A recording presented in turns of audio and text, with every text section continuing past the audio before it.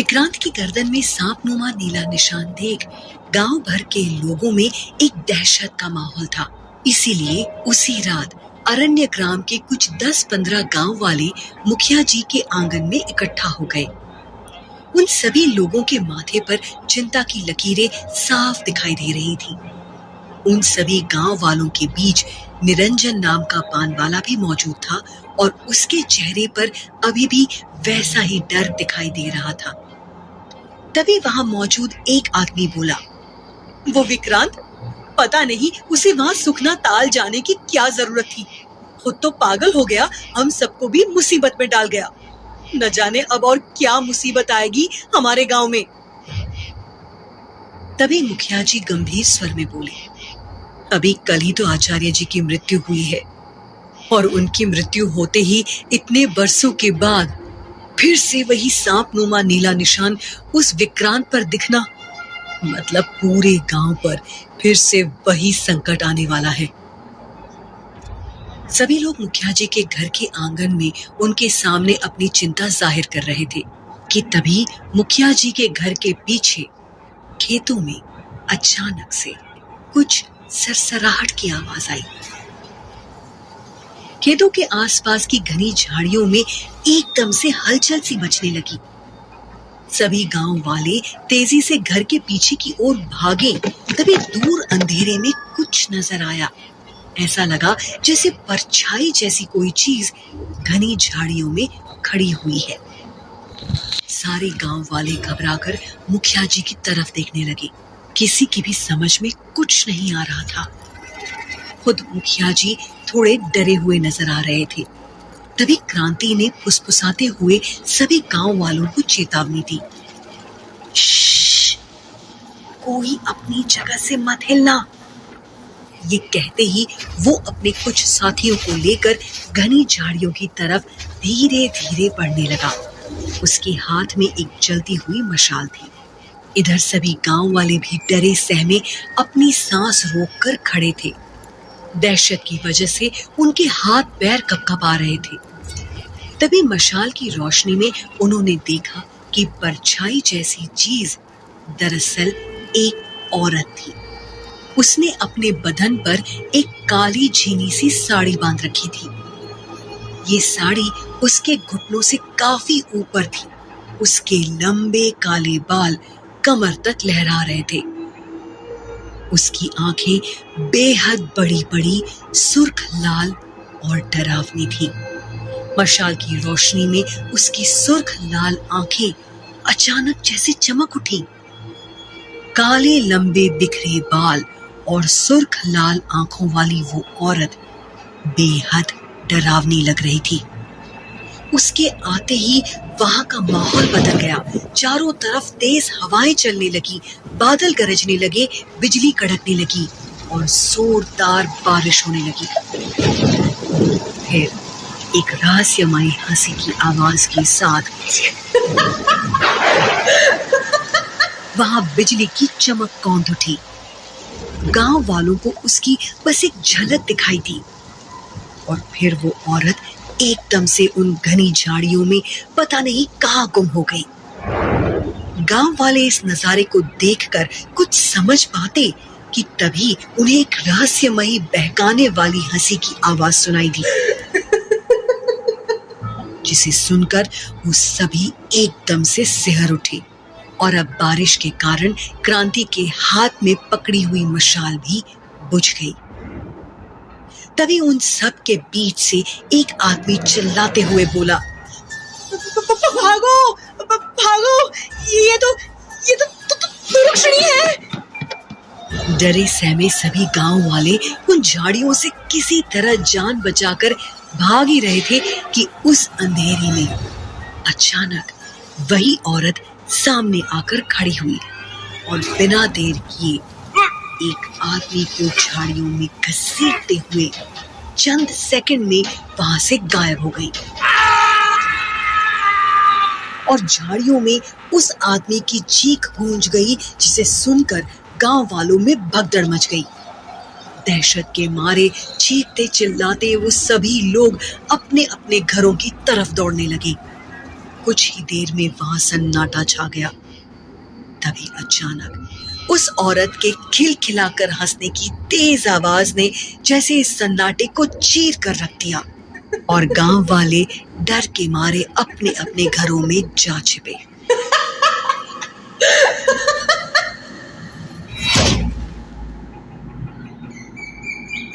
अगली सुबह गांव वाले डरे सहमे मुखिया जी के घर के बाहर इकट्ठा हुए।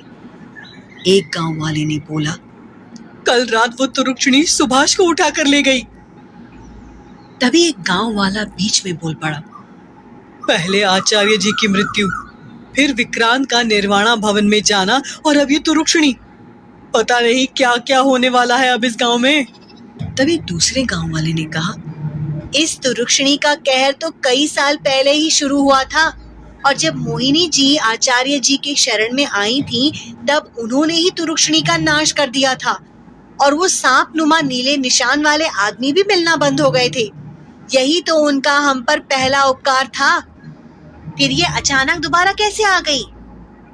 वो आदमी ये बातें बोले ही जा रहा था कि तभी एक और आदमी ने कहा, उपकार तो था, पर इसके साथ ही मोहिनी जी ने ये भी घोषणा की थी कि उस भवन और सुखना ताल के आसपास शाम को पुरुषों का जाना मना है और विक्रांत ने इसी मुख्य नियम को तोड़ दिया।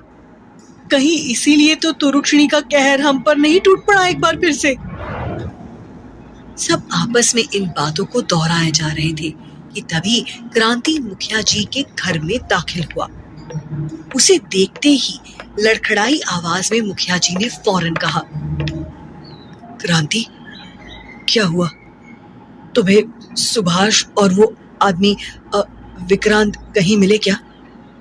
क्रांति गांव के रसूखदार लोगों में से था। मुखिया जी की बात सुनकर क्रांति ने बहुत ही निराशा के साथ बोला, आपके कहने पर मैं अपने 4-5 साथियों के साथ उस विक्रांत को ढूंढने गया। हमने जंगल का चप्पा चप्पा छान मारा मुखिया जी, लेकिन वो हमें कहीं नहीं मिला, बल्कि उसके साथ उसके 2 दोस्तों का भी कहीं अता पता नहीं मिला। भगवान जाने वो भाग गए या वो भी तुरुक्षणी की भेंट चढ़ गए। ये कहते कहते क्रांति ने अपनी जेब में से एक बड़ा सा संदेश पत्र निकाला और उसे मुखिया जी को दिखाते हुए बोला, मोहिनी जी का संदेश है ये, हम गांव वालों के नाम, जो मुझे वहीं मिला जहां कल विक्रांत दिखाई दिया था। क्रांति की इस बात से वहां एकदम सन्नाटा छा गया। सभी गांव वालों को जैसे कोई सांप सूंघ गया हो। उनके चेहरों पर दहशत के भाव दिखाई देने लगे। डरे हुए स्वर में क्रांति ने संदेश पढ़ना शुरू किया। अरण्य ग्राम के वासियों, भवन की विषानियों को स्नान करते देखना एक बहुत बड़ा पाप है और उस लड़के ने यही पाप किया है। इस कलंक को धोने के लिए गांव के किसी नौजवान को 24 घंटे के अंदर श्रमदान के लिए देना होगा, वरना इस बार जो आपदा गांव पर आएगी उसके जिम्मेदार आप लोग खुद होंगे।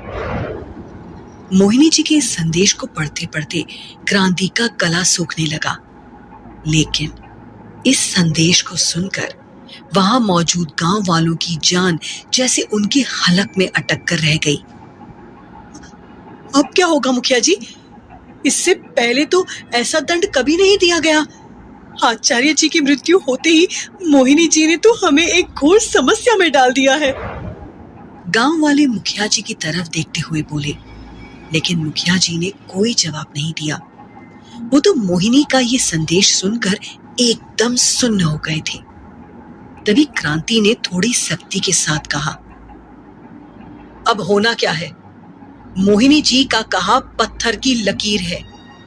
जब वो हम पर मेहरबान होती हैं, तो हमारे गांव को खुशहाली से भर देती हैं। अरे भूल गए क्या तुम लोग? कितने ही लोगों की किस्मत मोहिनी जी ने बदल दी है। हम लोग जो कभी दाने दाने के मोहताज थे, आज कितने चैन की जिंदगी बिता रहे हैं। कितने एहसान हैं उनके हम पर। अगर हमने उनका कहा नहीं माना तो न जाने हमें और क्या क्या झेलना पड़ेगा। तभी एक गांव वाले ने बोला, ये सब निरंजन की वजह से हुआ है। इसे ही मिला था वो विक्रांत, और उसे रोकने के बजाय इसने विक्रांत को वहां जाने दिया। ये सुनकर मुखिया जी ने निरंजन को डांटते हुए कहा, गलती तो तुझसे बहुत बड़ी हुई है निरंजन। तुझे सुखनाथ ताल और निर्वाणा भवन के बारे में चेतावनी देनी चाहिए थी, क्योंकि मोहिनी जी ने ये जिम्मेदारी हम पर सौंपी थी। इसीलिए अब अगर मोहिनी जी का कहर इस गांव पर टूटा तो उसका कसूरवार सिर्फ और सिर्फ तू ही होगा। ये सुनकर गांव वाले फिर से चिल्लाने लगे। अब इसकी वजह से वो तुरुक्षिणी एक बार फिर जाग उठी है। अगर हमने मोहिनी जी को एक नौजवान श्रमदान के लिए नहीं दिया तो फिर से इस तुरुक्षिणी का कहर पूरे गांव में टूट पड़ेगा। तभी एक आदमी बोला, पर हमें एक बात समझ में नहीं आती। वो विक्रांत गया तो पागल हो गया, फिर जिस लड़के को हम भेजेंगे और जो आज तक वहां गए हैं और वहां निर्वाणा भवन में ही रहते हैं, वो क्यों पागल नहीं होते? ये सुनकर क्रांति ने कहा, उन पर मोहिनी जी की कृपा है और वो उनकी मर्जी से वहां रहते हैं। उनका वहां एक विशेष स्थान है। ऐसे विक्रांत की तरह चोरी छुपे नहीं जाते, ना ही उन पर और उनकी विशानियों पर अपनी बुरी नजर डालते हैं। लोगों के इस शोर के बीच मुखिया जी अपनी जगह से खड़े होते हुए ऊंची आवाज में बोले, खामोश हो जाओ तुम लोग। हम सब जानते हैं कि मोहिनी जी के गुस्से का रूप कितना भयानक है, लेकिन हम लोगों ने मोहिनी जी की दया भी तो देखी है।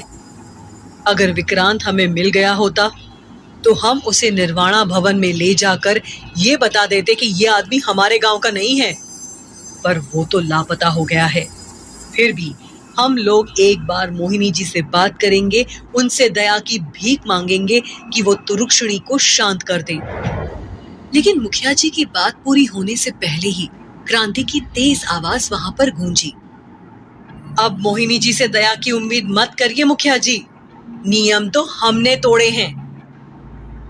क्रांति की ये बात सुनकर कुछ लोग उसका समर्थन करते हुए बोले, तुम ठीक कह रहे हो क्रांति, उन्होंने हमें और हमारे इस गांव को बहुत कुछ दिया है, तो अब हमें भी मोहिनी जी की मांग को पूरा करना ही होगा।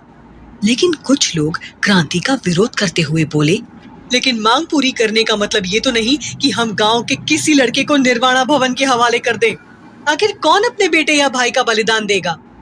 ये सुनकर मुखिया जी बोले, इस बात का फैसला आज रात पंचायत में करेंगे कि किसे निर्वाणा भवन भेजा जाए। इस पर क्रांति बोला, ये पंचायत से कुछ नहीं होने वाला मुखिया जी, क्योंकि हम सब ये अच्छी तरह से जानते हैं कि वो मोहिनी जी न केवल हमारा भविष्य देख सकती हैं, बल्कि हमारा भविष्य लिख भी सकती हैं।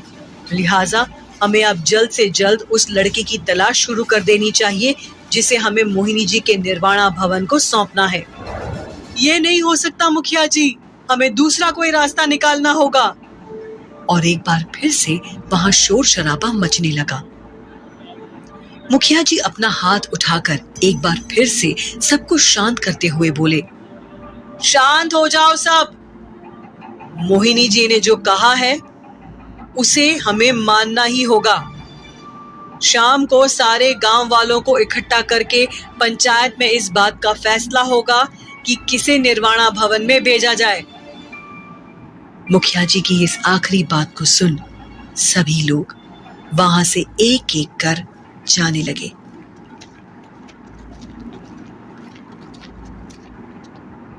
एक तरफ जहां अरण्य ग्राम में जोरों शोरों से 4 नौजवानों की तलाश शुरू हो चुकी थी, जिनमें एक था वो लड़का जिसे मोहिनी के निर्वाणा भवन को भेंट में देना था, और फिर थे विक्रांत और उसके 2 दोस्त जिनका कहीं कोई अता पता नहीं था।